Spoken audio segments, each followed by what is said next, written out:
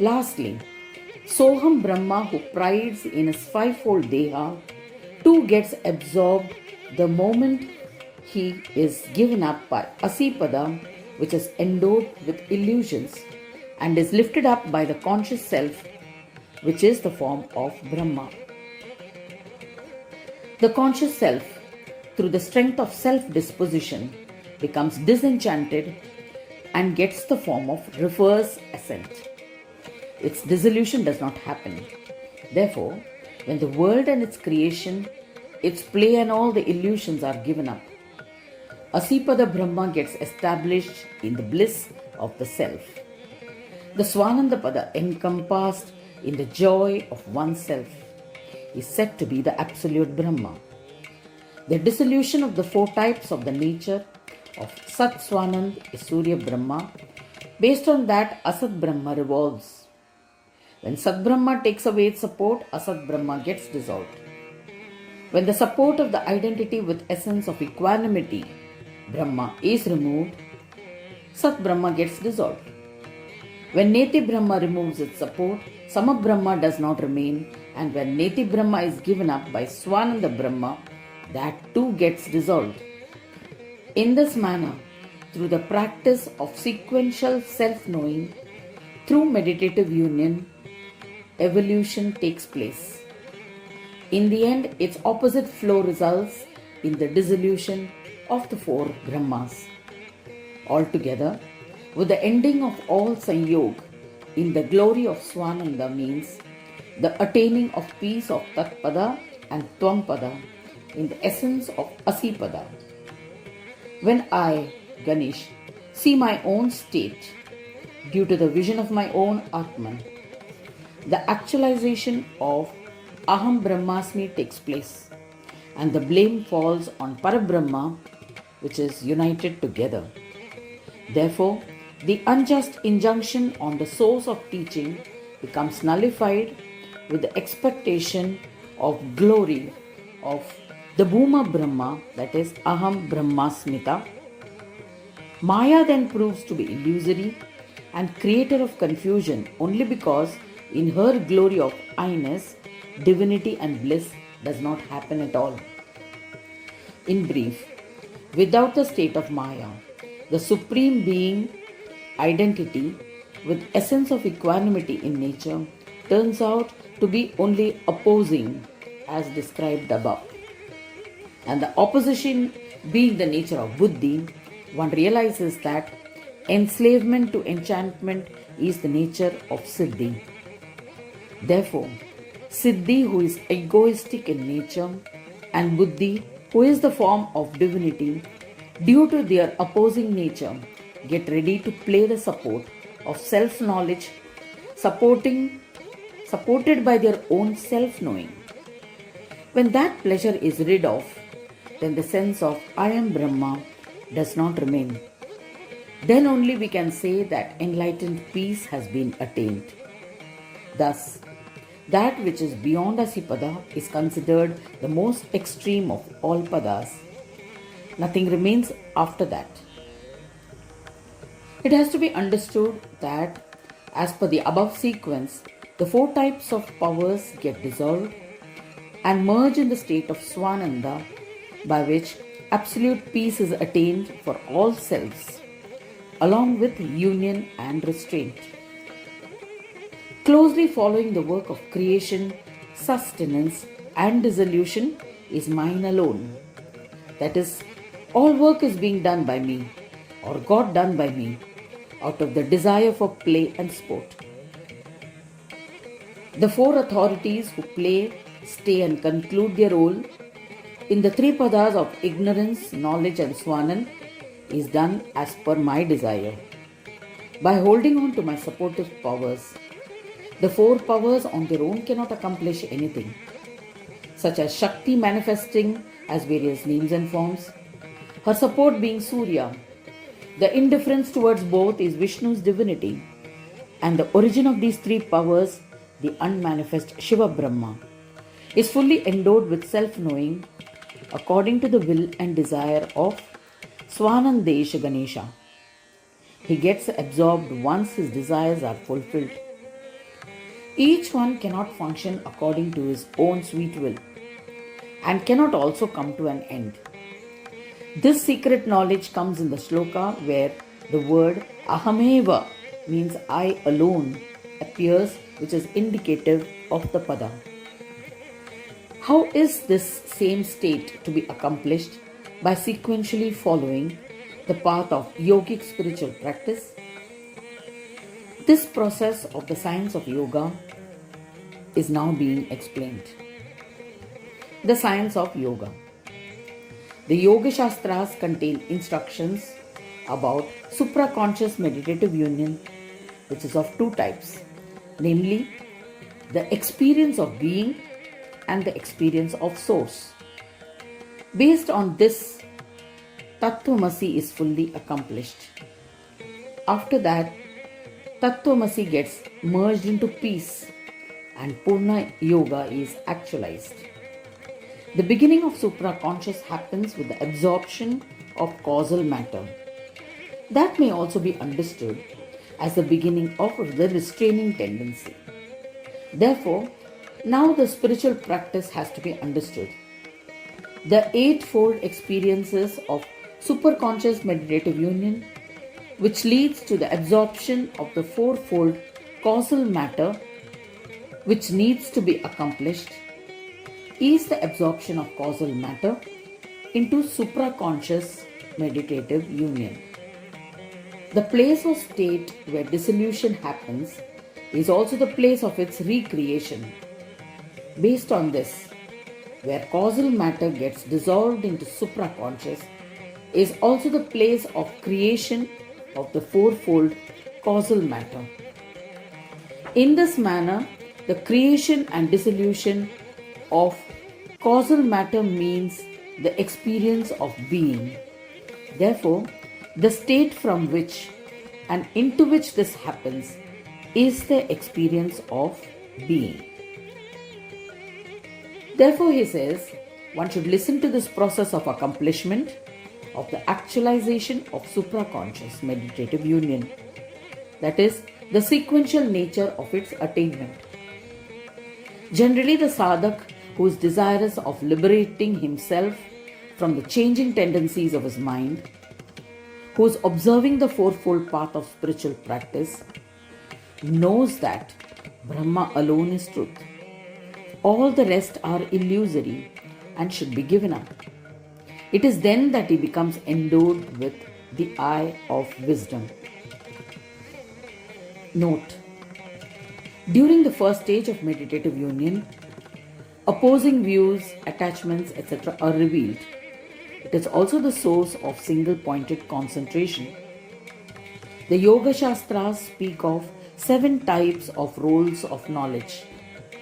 They are auspicious desires, contemplation, mind-body connect, virtuosity, attachment, need for objects, and pure consciousness.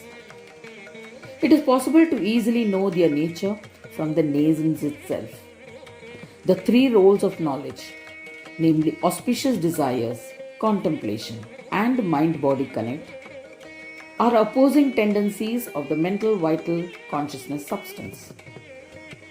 The 2 roles of virtuosity and attachment are indicative of the tendency for single-pointedness of the mind or concentration of the mind, which brings with it the capability of attaining superconscious meditative union.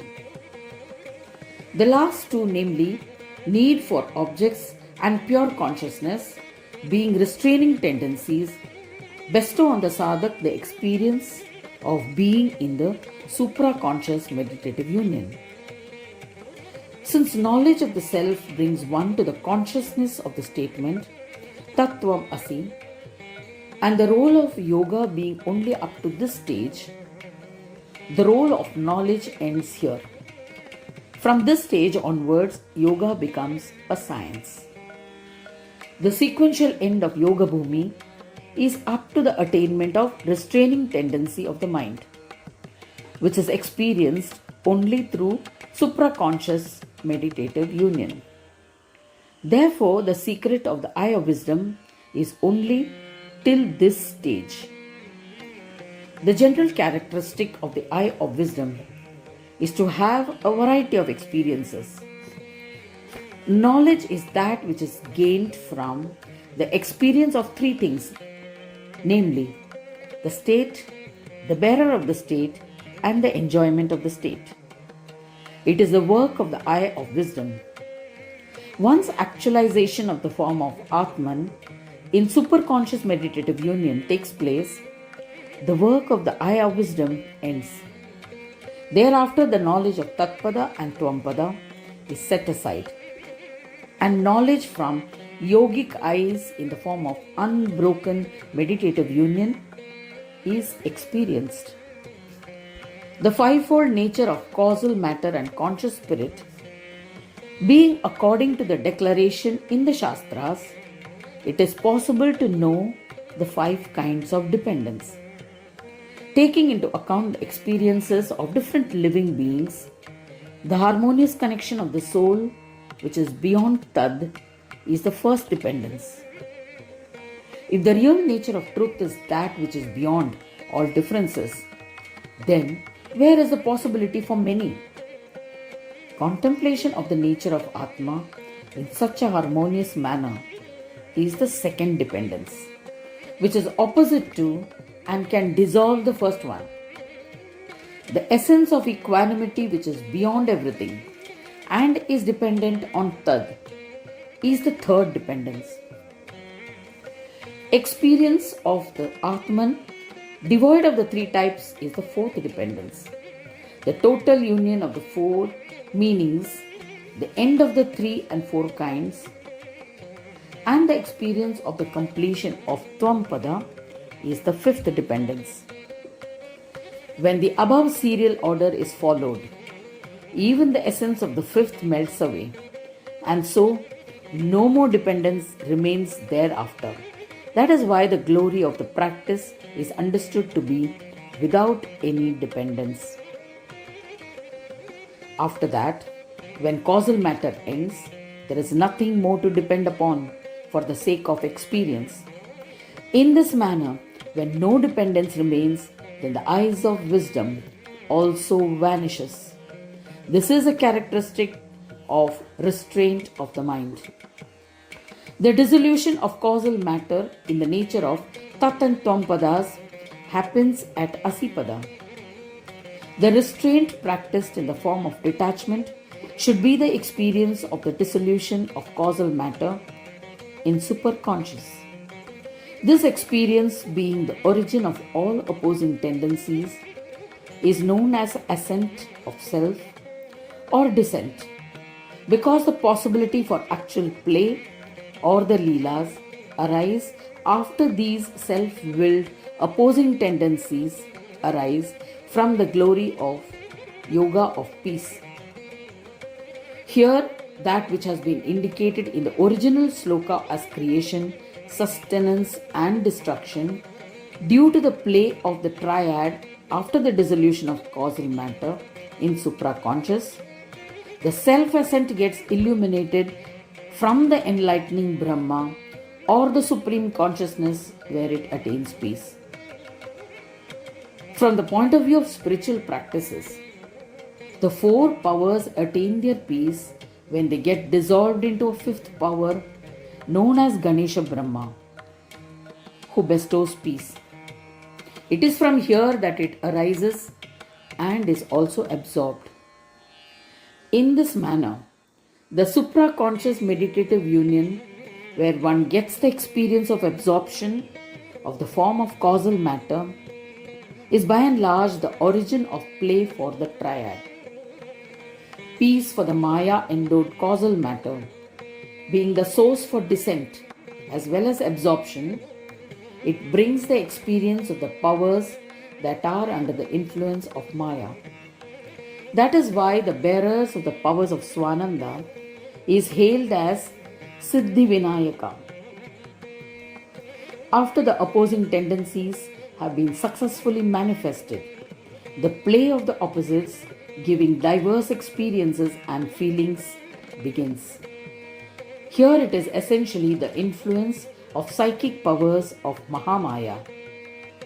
the supreme intelligence bearing within it opposing tendencies, and being the power of Swananda, with all its knowledge of the divine, provides support to different kinds of enchantments and plays about as causal matter and conscious spirit.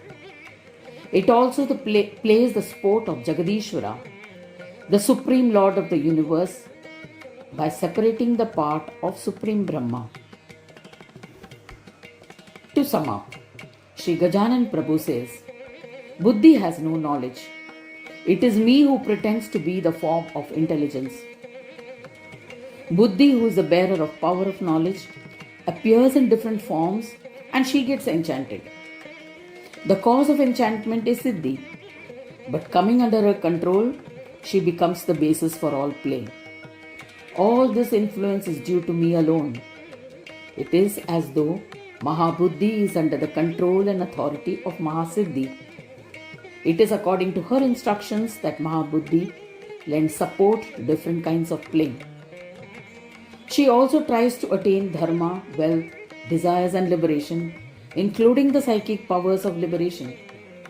It is all due to her inspiration alone. All the fascination for attaining positions of power is due to the influence of Mahasiddhi.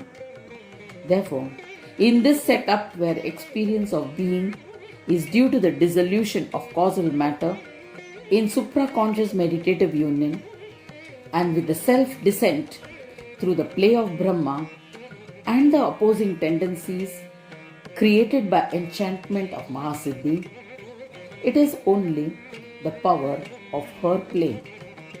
Therefore, the glory and tools of this practice is the nature of Siddhi Vinayaka.